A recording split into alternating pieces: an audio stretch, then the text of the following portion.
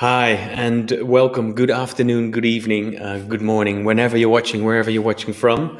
My name is Laurens Vreekamp. Next to me is Nadine Raba, and Hello. underneath us is our very special guest for today, Anita Zielina. Welcome to the show. Hi. Hi. Thank you so And much for joining us. yeah, Of thank you. course. And before we go into all kinds of topics that we would like to discuss with you, Anita, I would like to say one more time, welcome viewers. Please don't forget to subscribe to this channel, of course, but also we would like you to participate. So please, if you do have any questions, anything you would like to share or add, please do via the chat, and we'll try to see if we can get Alina to answer your questions. But before we do that, Nadine, we'll tell you about what we all have in store for you today. Yes, thank you very much, Lawrence. And again, a warm welcome to Anita Zielina. We are so happy to have you today. We are going to talk about media leadership, what it means to you, and how media leadership needs to change at the moment and in the future, of course. And as Lawrence said before, please, dear audience, if you have any questions, please feel free to share them with us. We are always happy to answer any question you have and to give them to Anita as well. I'm sorry. Anita, thank you so much for joining us from New York today. It's still a bit lighter there than in Germany or in Holland, actually. Before we are starting our conversation about media leadership, let me tell everyone what we are going to talk about today. So, of course, there's going to be the introduction of Anita. Afterwards, we are going to talk about a tool that Anita uses to make her life a little bit easier. Next up, we are going to ask her what journalists should stop and maybe what they should do instead. And of course, as I said before, our live chat is always open for you. And in the end, we always have a section where you can ask any kind of question too. But now to the most important part, dear Anita, I'm going to give a small introduction about you, which actually isn't that small because I have a lot to talk about. Your CV is, of course, super, super impressive. So let me get to the first point. So you are Director of Leadership and Innovation at Craig Newmark Graduate School of Journalism in New York City, which is quite a mouthful. That's probably why everyone is saying CUNY instead of all of the name, right? Yeah, I think. You are a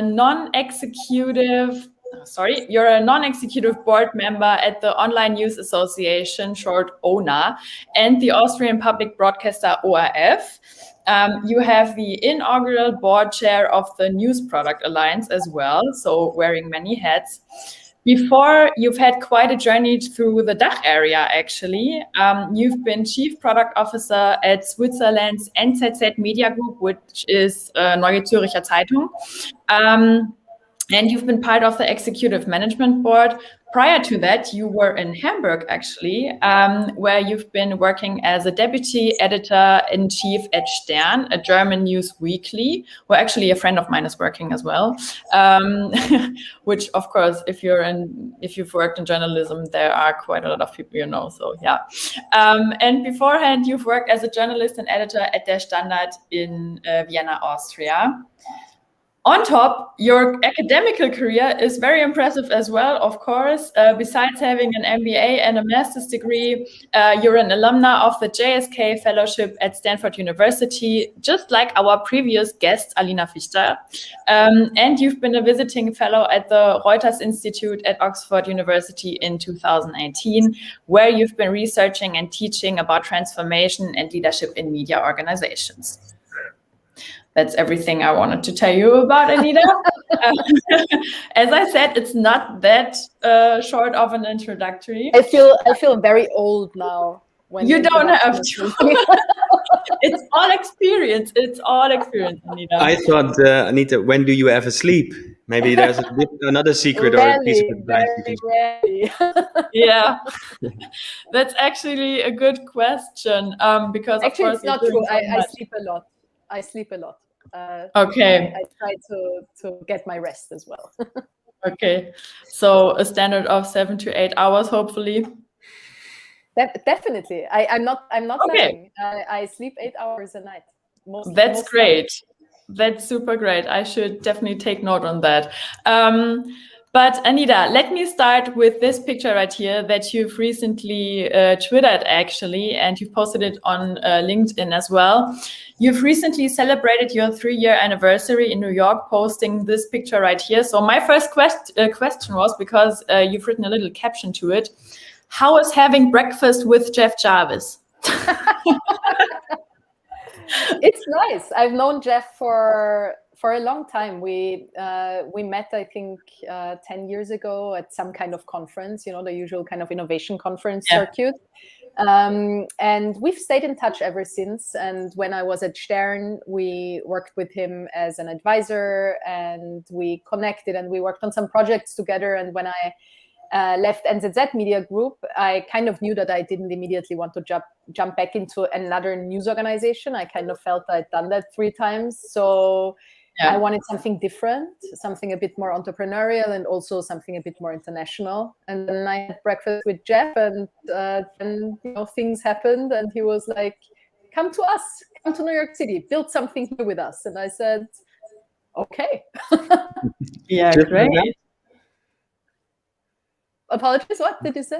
Just like that. You said, okay, I said, okay. And it took a little bit of time, because obviously you need to, as all of you are aware, to go to the US as a European who doesn't have an American passport or green card. You need to kind of, get the whole visa situation settled. So obviously it took a few weeks or 2 months from then to actually kind of, get that organized. And obviously my husband and I, it's also a life decision to kind of move to a entirely different part of the world.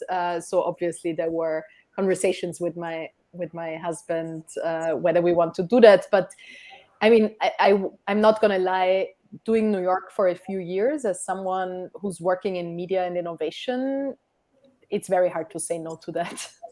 Yeah, definitely. I can imagine. Yeah, I can imagine that as well.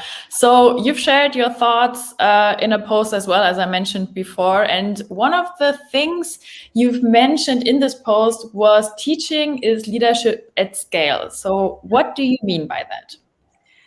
So I've been very fortunate in my career that when I think back about the different roles that I had, there are always people who I'm still in touch with, and that's something I'm very grateful for, people whose life I think I somehow impacted. So a lot of people who are promoted into roles I worked with closely have been kind enough to stay in touch with me and tell me, Anita, your leadership or the work we did together had some kind of impact on my life. And I reflected on that quite a bit over the last few years. And part of the reason I took the job here at CUNY, where teaching is only like a small slice of what I'm doing, I'm running that team, that executive education team and professional development team. But I try to teach as much as I kind of can fit into my schedule, mostly on leadership, strategy and change management. And the reason why I enjoy that and why I kind of try to prioritize that is because of the feedback that I get, where people say things, sometimes like this changed something, this changed my perspective, or this helped me tackle a challenge in a different way. So it's probably teaching / coaching, because sometimes I do quite a lot of one-on-one leadership coaching with participants in our program as well. And I just find that very rewarding personally. And I'm just like super grateful and humbled that it's an opportunity to have impact on someone's life and career. I feel I kind of feel it's a little bit of, what everything kind of somehow merged into this mission of empowering leaders. So like a calling for you. Okay. I mean, it sounds so big, right? And I don't want to have it sound so cheesy, but it's really, when I think about it, the products that you build disappear. Someone else comes in and says, oh, we're going to build a new app. The newspapers that you work for might change their positioning, whatever. But ultimately, the people you meet, and if you are lucky enough to have some kind of connection with them and some impact on their life, that's somehow really here to stay. Yeah. So maybe this is the question I was really wondering about, and you've already touched the topic a little bit. What does leadership mean to you, or what does media leadership exactly mean to you?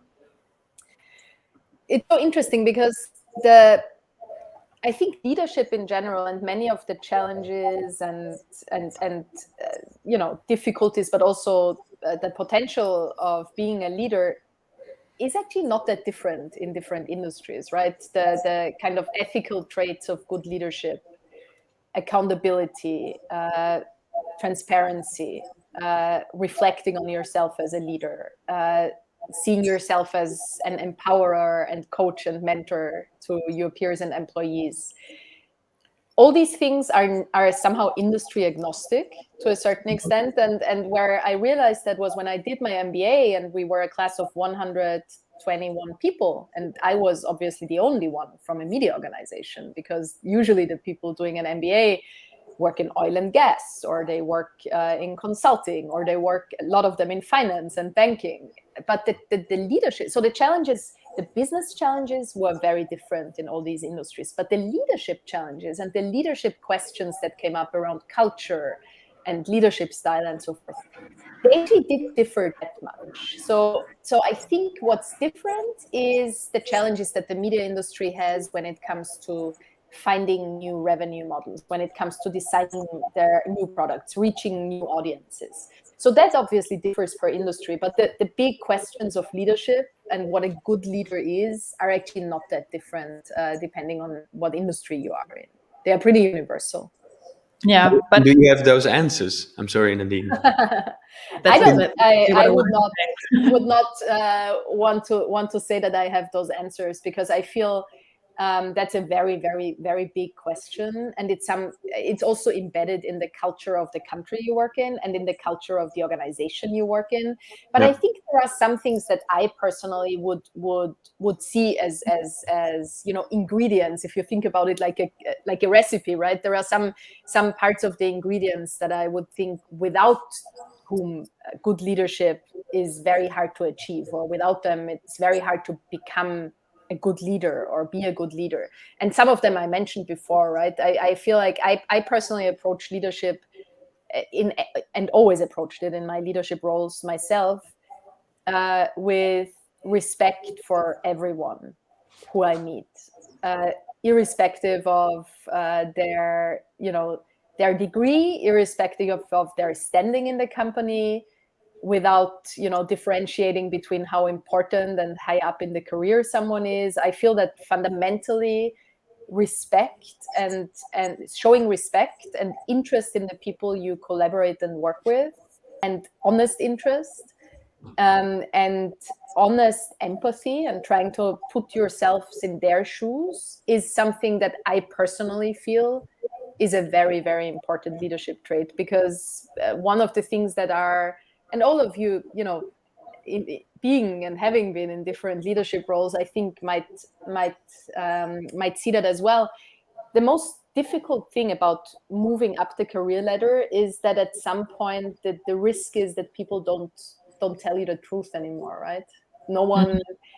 People start thinking, well, I can't tell her that, right? She's the boss, and what's she gonna do if I do that? So it starts to be a little bit, sometimes maybe a little bit lonely, but it also, the danger is that you kind of lose your authentic self-view, that you start doing things that are not actually your authentic leadership style and that are not great, and you don't even realize it anymore, because you're kind of just by yourself and kind of pushing forward. So I think that kind of self-reflection, the respect for others, encouraging feedback and authentic conversation, but also trying to stay self-reflected as you progress in your leadership career, I think is something that hopefully helps you keep that healthy, self-adjustment and kind of self-reflection. If I might add, Of course, respect is something that you would consider as important for everyone you're working with, not only for, the ones who are making the decisions, but what are leadership traits to you that differ from everybody else? What's the most important in that terms? You mean for me personally, or? Yeah, for you personally. I mean, I would say what the first thing that I would say is you would hope that respect is a pretty universal trait. But I will tell you that sadly, I don't think it is. So I sadly see, I've seen my share of leaders or managers who think that just because their business card has a nice title on it, and just because they earn a bigger salary, they don't have to be respectful and they don't have to be empathetic to anyone. So the first thing that I will say, well, this sounds pretty like basic, and of course everyone should do it. I think it's not like that, sadly, and it's not like everyone does that. And I will also say in the media industry, it's not like that, because I think the media industry has a tradition of promoting people into leadership roles because they were good at their last job, being a journalist, which, as we all know, doesn't necessarily mean that they're good at their next job, being a manager or leading. So I think part of that is kind of part of the crux why we are seeing bad leadership in media. So that's the first thing that I say. What I kind of pride myself with when I think about what I'm good at as a leader and what I learned over the years to be, is I think I understood the importance. I always worked in areas where the path was not clear, the path into the future, right? Yeah. My leadership roles were always in organizations or in roles where the task was pretty much, well, you know what? Just figure out where we should be going, figure out what we should be building, how we should structure the organization, how are we going to live and work and exist in the future? Because the industry is just in so much disruption that this is kind of a permanent thing. And I was always tasked doing these things, and I realized that I enjoy doing these things. So one thing I learned, and I think I became quite good at over the years as a leader, is to understand that not everyone is as at ease and as comfortable with permanent change as I am, and that a prime responsibility of being a leader in transforming organizations is to be brave and take that step forward and say, I'm not 100% sure that this is the right direction, but the combination of data and gut feeling and experience and, then also, the courage to kind of just take that step combined make me think that it might be the right direction. So we're going to go there. So kind of taking that leap and helping others, like holding others' hands in making that leap after you. I feel that's the responsibility of a leader, particularly in times of transformation. And I think I'm quite good at kind of drawing that path that hasn't been, drawn or that hasn't been created before, and helping others on it. And if I may ask, Anita, because what you're describing, I think, would work for journalism, but also for oil and gas and finance, I think. So what is it that your program makes it differently distinct from those other industries? So what are the journalistic accents on leadership? So I think the interesting thing is, like you said, and I totally agree, that the leadership challenges and leadership questions are very similar, right? They are very similar in various industries. I think what is clear is that I'm sorry that I'm laughing. I have to say that now because there are actually two window cleaners just driving past my 9th floor Brooklyn window, which distracted me briefly. Sorry for the. We would love to see your view, by the way. But, that is New York, right? I just wanted to say it's a little bit of New York feeling in our living room. So back to leadership from the window cleaning conversation. Yeah.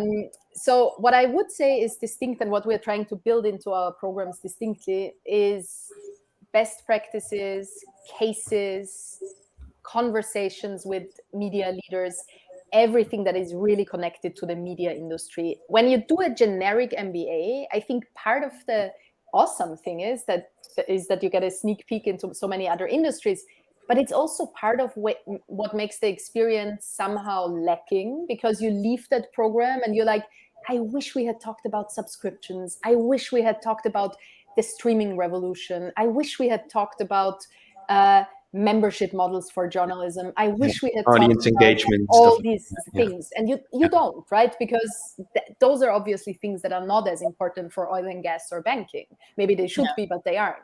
So I kind of left my MBA experience. So I'm just jokingly always saying I just built the programs here that I wish I had 7 or 8 or 10 years ago, because I just kind of tried to merge a part of the MBA experience. What is strategy? How does the world of business function in general, with a very intense like leadership development and leadership training element, where you work on identifying your own leadership traits and where you yourself want to get better at, but then combining it with best practices and cases and insights that are very specific to the media industry. And if you bring those 3 things together, the hope is that you leave such a program with a bit of a deeper understanding of your own industry, a deeper understanding of yourself as a leader, but also an understanding of the most kind of basic and fundamental business concepts you need to understand to be a manager. Yeah, well, thank you. That's a very thorough answer. So thank you. And by the way, for the viewers that have just tuned in, we've got Anita Zielina on the show, and you get to ask her anything. We don't know if she will answer anything, but you can ask. So please use the chat and say hi, say where you're from. And, don't be shy. Don't be shy. I'll try to answer whatever I can answer. So I would like to elaborate a little bit more about the program, actually, because, of course, I did look at everything that people are learning when they are joining your program. So, for example, they are learning about growth strategies, about a data-driven mindset, about industry best practices, how to manage interdisciplinary teams. So, I mean, of course, a lot of pillars that you have covered there. How did you put the program together, and why was something more important than something else to you? Or what was like how did you put it together? Yeah, that's a great question, and it's actually an interesting question. Well, what I did is, and what I think if you run a program that focuses partly on user-centric work and user-centric design, it would be really bad to start designing it without asking the users, the prospective participants. So what I did in the first half year here in the US is I just had literally hundreds of conversations with people, asking them, listen, I'm building something here. What would you want to have in a program like this? But also asking employers, CEOs, and so forth, what would you want in a program like this? And then I just kind of combined it with the things that I and my colleagues were thinking should be in a program. And thankfully, and knocking on wood, because what could have happened is like me coming in with an idea of like, oh, I think this should be in it. And then everyone out there, like the market, basically saying, nope, we are not interested. And that would have been, I would have rolled with it, but that would have felt pretty awkward, I have to say.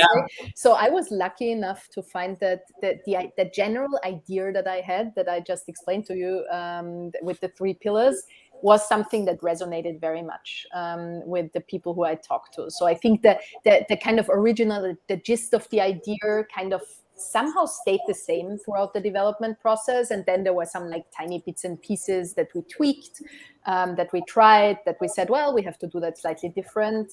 So that's the prioritization. What I will say in general, in terms of thinking about outcomes of a program like this, I think what became clear very soon is that unless, you do a 10-year program and people take 10 hours of classes a week for many, many years, it is simply not possible to do a program like this and have people leave as subject experts in many, many areas. Yeah. It's just, if you want to become a data scientist or a data journalist, you need to do a data science or data journalism program. If you want to become if you just want to focus on finance and accounting, you need to do a program that just focuses on finance and accounting. I think what we decided to do, our kind of ambition was, can we create a program that gives people enough of an understanding, enough of a literacy in all those topics, from product to audience to revenue to strategy to finance,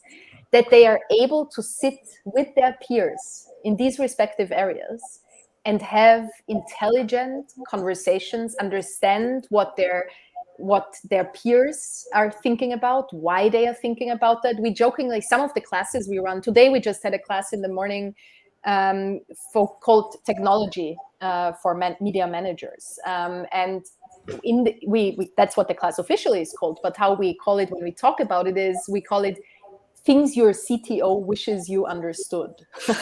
Because it's really, this is our approach, right? We want people to leave with an understanding of the basic concepts of all that you need to understand if you run a media business. So it's also a program, and that's our general approach in everything we built here. And sorry questions, right? Sorry if I interrupt you, Anita. Yeah. Can you tell us for example, what's on slide 4 of that of this morning's class? Yeah, well, I can totally tell you. So what is interesting is we spent the first of that class, the first session of that class, people had the assignment to just document every technological concept or word or buzzword they encountered on their job for a week. And document that. Interesting, yeah. And then we had a fantastic, our professor, CCY, who runs Open News, who is a technologist with like extremely long experience in and outside the media industry, unpacked those things, right? It was basically an Ask Me Anything session of kinds where we said, no stupid questions. What is a CRM? What is a CMS? What is JavaScript? What does migration mean? Like all these things that you're kind of embarrassed to ask if you're already in a leadership position in your job, because you're like, oh, now it's kind of too late. I should have asked that 5 years ago. The beauty of an executive program that is small and cohort-based is if you build that trust in the cohort, you can suddenly have those conversations and no one's going to judge you for it, right? Yeah. It's not like your fellow co-students are going to be like, oh, how embarrassing. You don't know what CRM means. It's like a safe and trusted space in a way. Yeah, so no imposter syndrome. It's totally. Okay if you don't know. Absolutely. Yeah. Or a shared imposter syndrome. I would say, Lawrence, it's less no imposter syndrome. I think it's more everyone realizing that we all share imposter syndrome. Now the connection stopped for a minute. Oh. Now we're back. Yeah. I always saw you. I'm sorry. Yeah. Okay. All right, great. I have a question for you, Anita, concerning the people joining your classes, because I was wondering, or I was actually looking at everyone, all of the cohorts actually, and of course, the fellows that you have are already working in pretty much established media houses like Spiegel, SZ, Bloomberg, Wall Street Journal. And I was wondering, why did you choose to offer this program to established journalists? Let's start with this question and maybe follow up with another one. So we have like in most classes, we have about 1/2 to 2/3 of the people work in legacy organization, and about 1/2 to 1/3 work in startups of all kinds. And that ranges from like very small startups, like people starting their own thing, that's maybe, them and 2 other people, to startups that are already, larger organizations, 5 or 6 years old. And the reason why we mix those people, why we don't say, you can only do this program if your organization is bigger than 1,000 people, and if your organization is younger than 5 years, you're not allowed into this program, is because one, we did in our executive program, we pick people rather than organizations. So this is about the cohort and not necessarily the organization that's behind them, even though many come with the support of their organization. The second thing is we feel that it's enriching if entrepreneurs from younger organizations and people from more legacy organizations sit in the same room and work together. And it's not just a one-way kind of learning experience. The interesting thing is that obviously, a very young organization can learn a lot from, someone in a very small startup can learn a lot from how does the New York Times or the Financial Times run operations. But the interesting thing is that works also the other way around, right? If you're in a very large organization, and I think we all know that having worked in large organizations, sometimes things can become pretty bureaucratic. They can become pretty slow. They You would can love to be become lean again, right? a lot about stakeholder management. Exactly. Yeah. So you're like, hey, we need actually some agility, some leanness, some, flexible processes. So what we see is that people in large organizations also profit from working with people who run small startups, because they can profit from those thoughts as well, and maybe sometimes question, have we become too slow? Have we become too bureaucratic? Yeah. And there's just a couple of viewers want to say hi to you, and Anita and Mariah. She's I think a regular from Amsterdam, and she says Hi. the program sounds great. So hi, Anna Mariah. Clara from Italy. Good to have you Hi, here as well, Clara. Italy. And then Ramiro, who is from the agency I'm broadcasting from Grr, and this is how you pronounce it, like Grr. Hi, Ramiro. Good to have you too. I'm sure you just did that because you wanted the URL. Anita, so I was wondering, why don't you start teaching journalists about leadership super young? Is age important, or isn't it? Because I thought if you have young people teaching them about leadership early, wouldn't it be more helpful to the tech side of working, for example, because they are more tech savvy, using more social media platforms? Why not, looking at the younger generations? So we do actually have in quite a lot of our programs. So we actually don't have like an age limit. You won't find one thing that you'll find on many executive programs. You'll find things like you have to have 15 years of experience here or there. We don't have those sentences on the site for a very good reason, because we always have people who are more in the early beginning of their career, and people who are probably in the later thirds of their career. And we mix them in our classes. Yes, the executive program, you need to bring leadership experience, but leadership experience can mean that you're 28 and you led a team of 5 people and you're eager to get better as a leader. So we definitely are open to that, and we always have quite an age range and age distribution in those executive programs. We also have other programs that are distinctly focused on organizations in a very early kind of stage of their life cycle. So we have an entrepreneurial program that's focused on kind of the first year or two of your organization. That does not necessarily mean that all the founders in that program are young, because sometimes, someone decides to do that, to start their own organization at a later stage in their career. But of course, several of them are relatively young, and we run that as well, and I teach in that program as well, some classes on leadership and management. But yeah, I do agree. I wish my day had more than 24 hours, because I do feel you make an amazing point. Actually, universities, like I wish universities that do the basic education would also incorporate more classes on like the basic values of leadership and how to become a good leader. And that does not really, at least in the US system and the European system that all of us are familiar with, that does not really happen. If you go to law school, or if you study history, or if you study economics, you're going to have quite a few great classes focused on the content, but no one's ever going to say, let's do a class on, ethical leadership. That's probably not just going to fit in the curriculum, and I think it should be. Yeah. Definitely. Regarding this, there are 2 questions from our viewers, and Yes. there's one very practical, and one is a bit how do I say, more spicy, not spicy, but it's from Stephen. Hi, Stephen. What are the confessions in the classes of media executives when it comes to leadership and organizational development? How big are these topics in media companies? It's a great question. That's a good question, Stephen. Yeah. I think one of the important things to say in general, because that's the only way you can get to a point where there are confessions in any class, is that all the programs we run are Chatham House rule programs. And what that means is that while participants are encouraged to share the concepts they learned, the frameworks they learned outside of class in their organization with peers and so forth, they also kind of commit to not sharing any of the confessions someone else made in the class, because that's the only way you can kind of create a trusted atmosphere, right? If you always have to be afraid that the person sitting next to you is going to go out and say, oh, you know what, I heard yesterday in class X and Y told that story.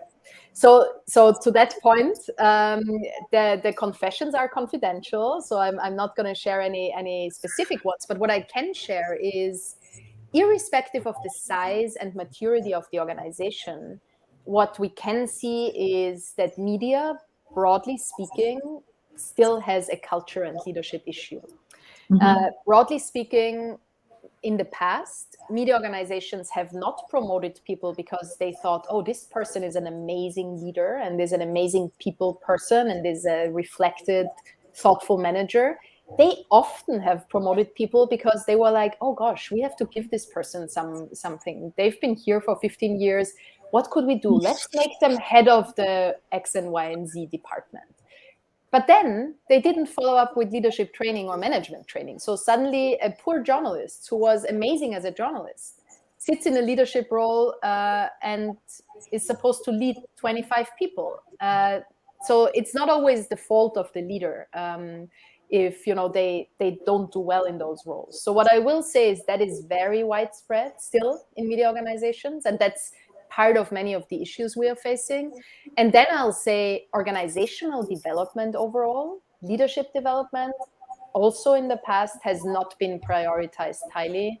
I know many media organizations that for a long time have not done any leadership development, any leadership coaching, have not invested in their employees, have not invested in their leaders or their emerging leaders. And I think you can see the effect of that, right? You can see that if you don't do that, if you don't support people in their leadership journey and support them to get better as leaders, it's not magically going to happen. And that's, I think, some of these topics as we see in many media companies. And would you say you're even hollowing out your organization? You're sort of demolishing it step by step in a way if you don't invest in leadership programs and. Listen, what we're seeing now, and I think to your point, yes, what we're seeing now is we do see a certain brain drain from media organizations. And it has been accelerated by COVID and by the situation that many of us have kind of started to reflect on the priorities in their life. And I think many people are realizing that maybe organizations they worked in are not the place where they want to spend the rest of their life, or have not treated them as respectfully as they want to be treated by an organization, or are very inflexible or deaf to their needs when it comes to remote work or hybrid work, or being more flexible to kind of also accommodate childcare or other things. So I think that people are readjusting their priorities through this crisis. And I think what that means is that many organizations are going to be facing a significant kind of drain of talent, especially talent that says, well, this is not for me anymore. If you don't treat me with the respect I deserve, if you don't give me options for professional and personal development, if you don't give me a certain amount of flexibility, I'm just not going to do it anymore. And I think that is happening here in the US to a big extent right now. And I think that wave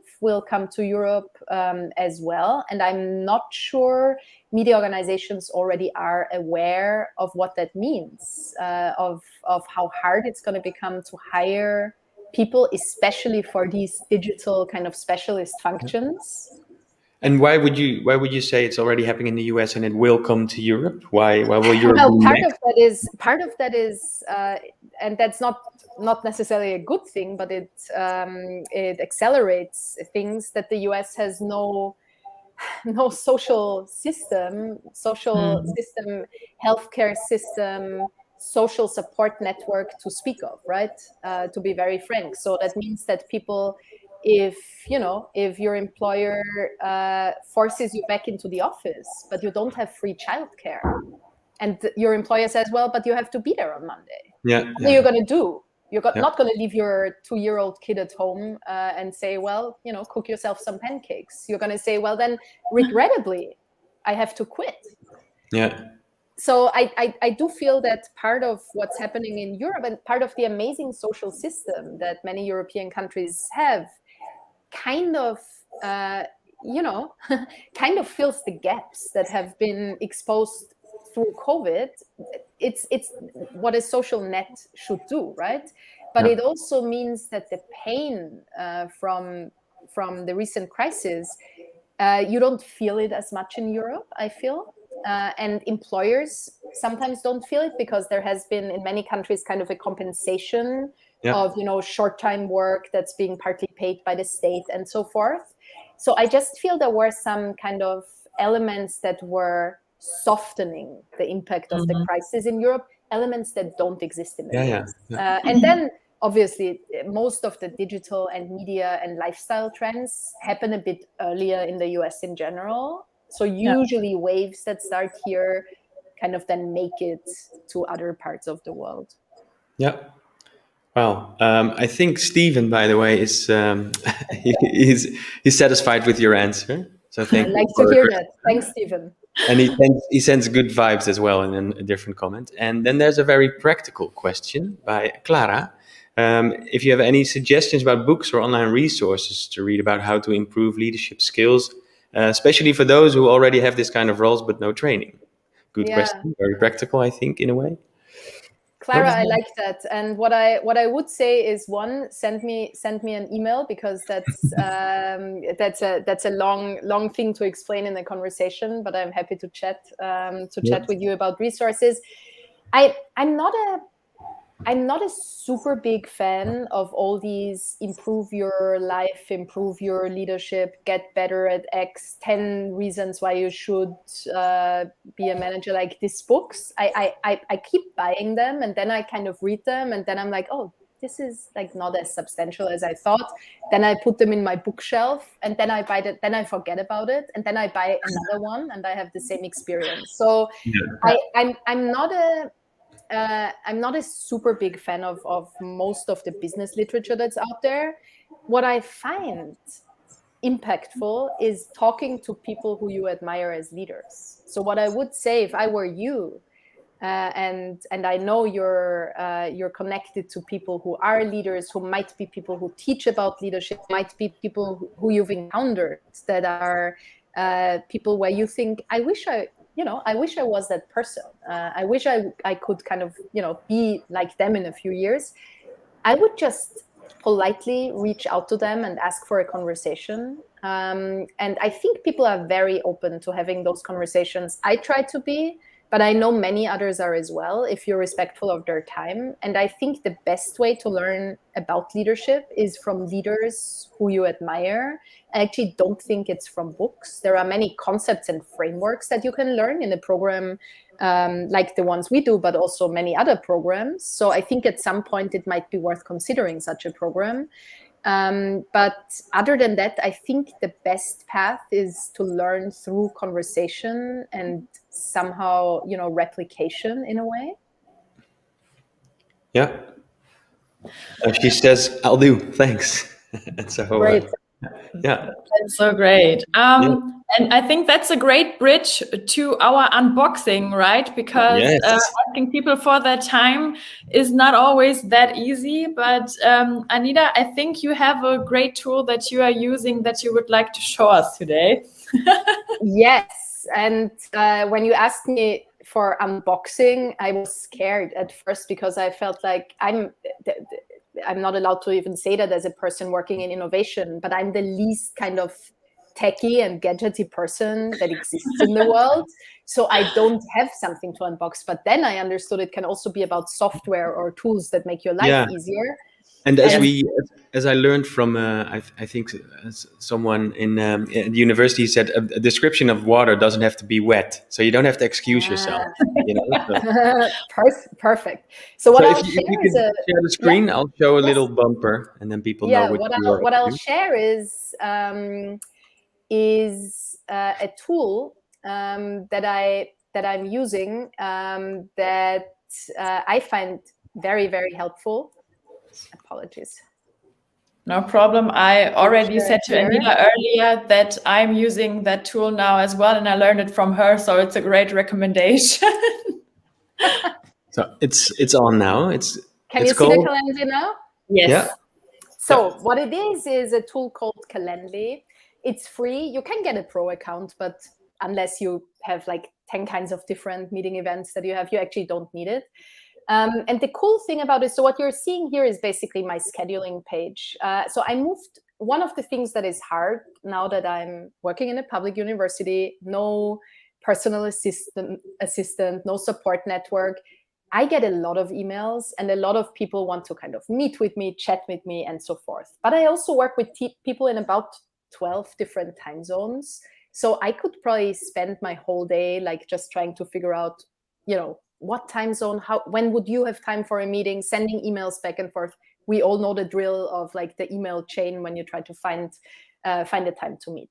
So Calendly kind of takes that away from you, because Calendly allows you to create meeting blocks where you basically can say, I want to offer 30-minute meetings, and I want to decide when people can book those meetings. So you can basically just kind of have the same slots every day, or you can do specific slots for certain days.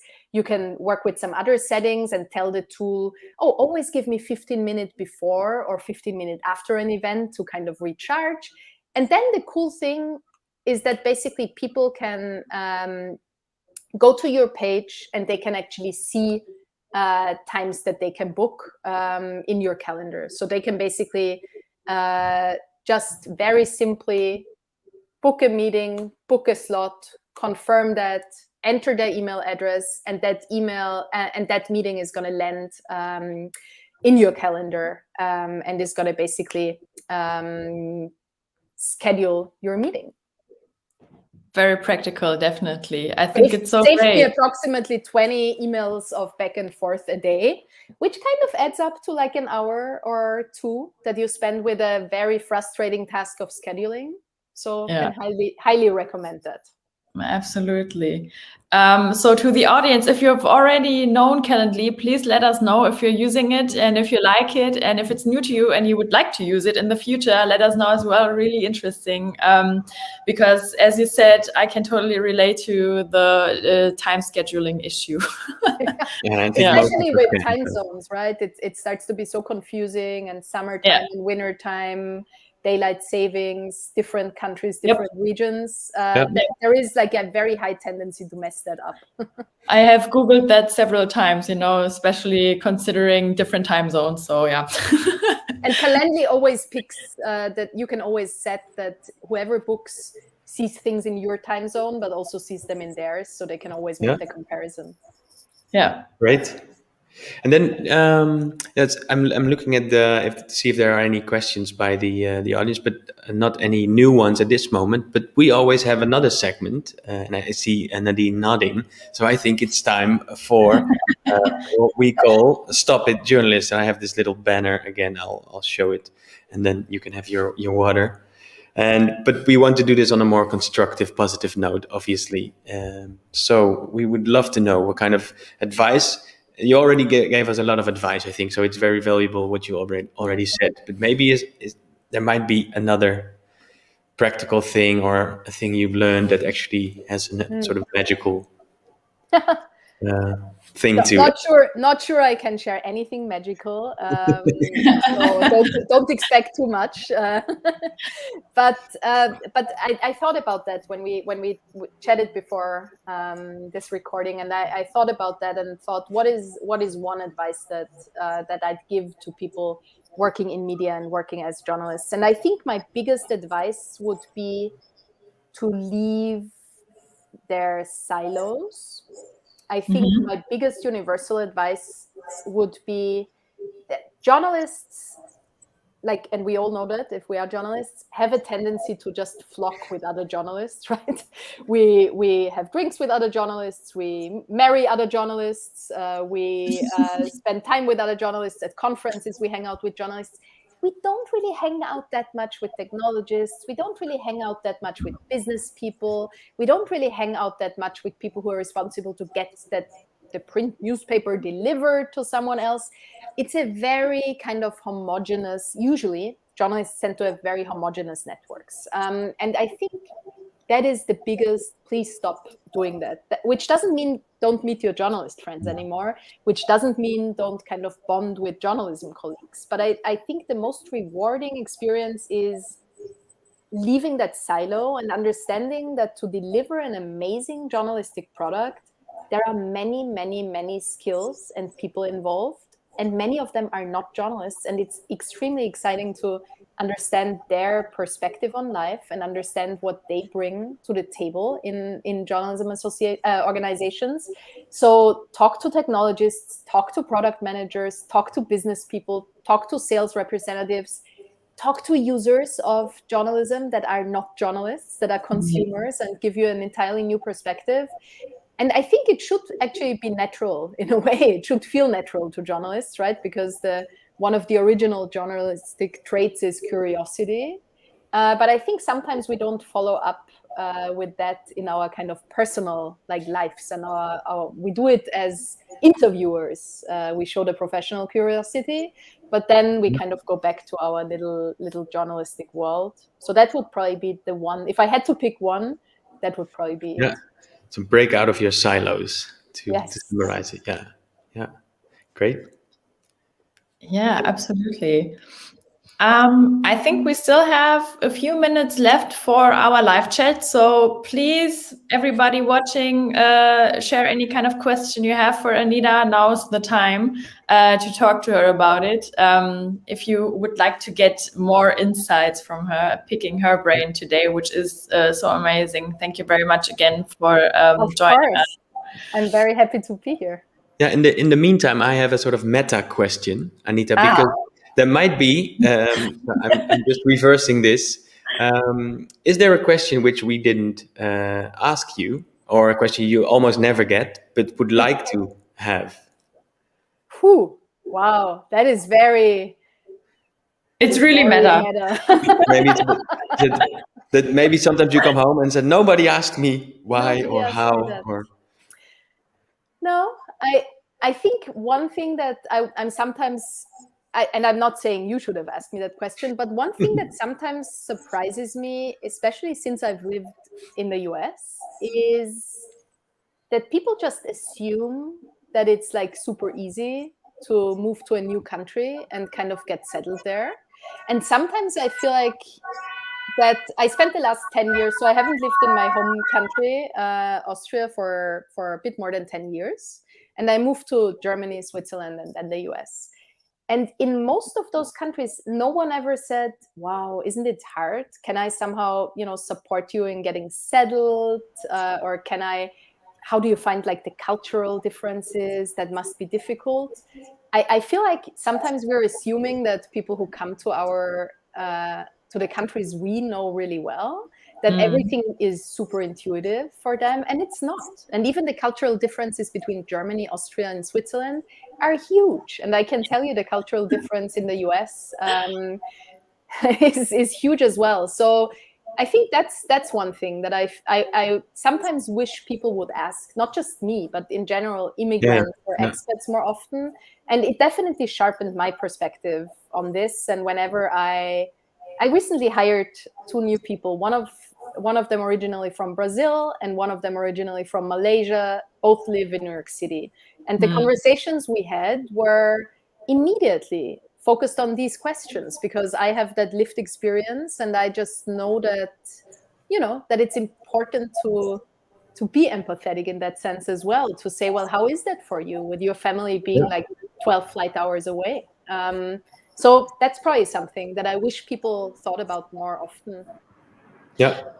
Especially during COVID, I think that's even harder than, when you're far away from home, but you could potentially fly back somehow. But I mean, during COVID, there wasn't even a chance going back anytime soon. So, yeah.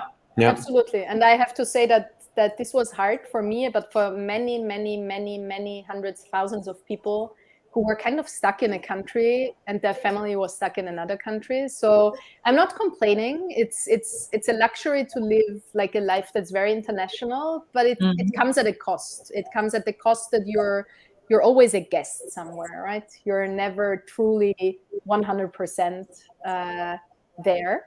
Yeah. And that comes with a cost, and it comes with upsides, but it also comes with downsides.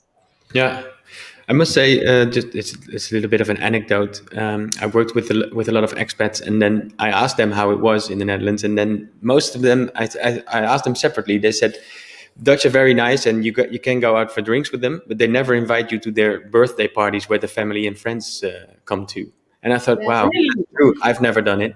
That's the true thing. Never thought about it. So yeah, that's just one thing all of them mentioned separately.